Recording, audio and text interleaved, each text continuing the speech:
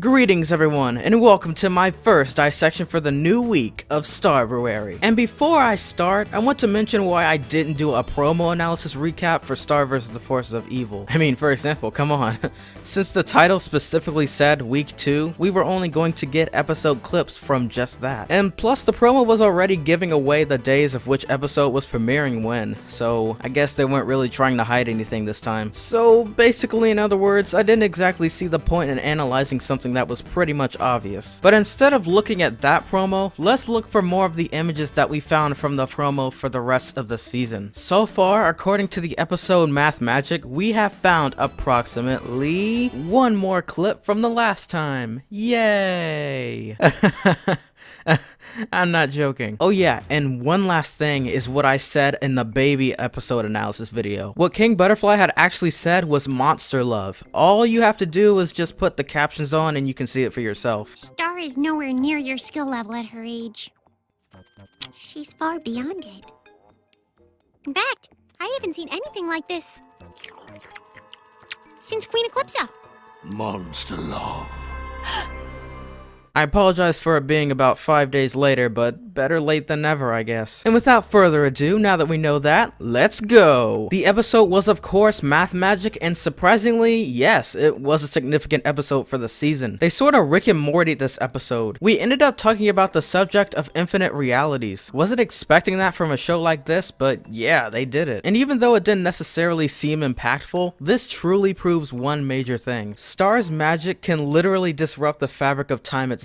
Just one hiccup with her wand and all of heck can break loose. I believe one thing to ask yourself while watching this episode is why exactly did this happen? Okay, never mind, maybe I'm using the wrong terminology. How did this happen? Simple enough, in this episode, Star has to complete a math equation in order for her to escape a time loop. A time loop that she created herself, from what I believe. Don't worry, I'll get back to that later. Compared to the episode The Page Turner, we actually got to see Omnitrax's Prime and how he sounds as well. I need some answers. I am stuck in a nightmare math class that's repeating itself, but it's like changing too?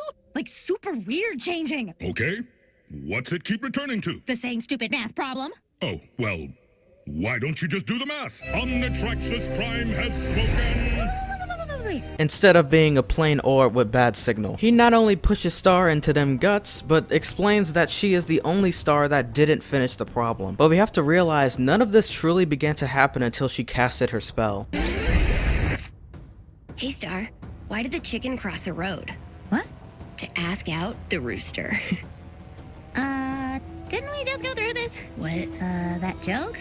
You just told me it a minute ago. The spell must have of course not solved the problem, but warp her into an infinite time loop until she finally did. So yeah, I think Star sorta jinxed herself in this episode, and also it was about simply answering it, which was a big difference, coming from the end of the episode, that is. Apparently she doesn't even need to get the answer correct, she just needed an answer other than something silly. I guess a new power that she has is having the capabilities of trapping someone into a loop until they do the right thing. If you've watched the Doctor Strange movie, you would know exactly what I'm talking about. Crap, spoiler alert. If you still haven't watched the movie, I didn't completely ruin it for you. Anywho, and now that we know that Star's magic could actually become the beginning of the end of time, what does this mean for the future of the show? Well, in the end, if you were to compare the classroom images from the beginning and end, you can clearly see that everything stayed the same, and so there's no need to panic. At the end, everyone's wearing the same clothes from before, and Jan is even wearing the same usual hat. So it's true, in the end, everything gets back to normal in case you were all wondering that. But on a serious note, what in particular does this mean for Star's spellcasting in general? We already got a revealment that she has already proved herself to be as powerful as Eclipsa. Sure, it doesn't exactly mean that she's guaranteed to be evil, but there's still a chance of corruption. Let's not forget about the season finale, shall we? Her magic is so advanced that she not only created her very own living tree with a perfect apple, but she dipped down before her mother, casted multiple explosive spells, done things with her spells that many others have probably never even attempted to do, concentrated with some dark magic on the side, and of course right up until this point messed with the concept of time.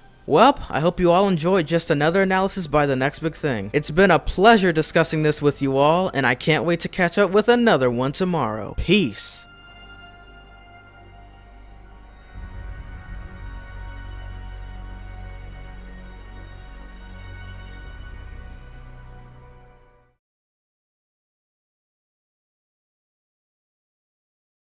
Also, one last thing, notice how normal Marco actually was throughout the entire episode. I guess 16 years into the other dimension didn't affect him as much as we thought it would. Or did it?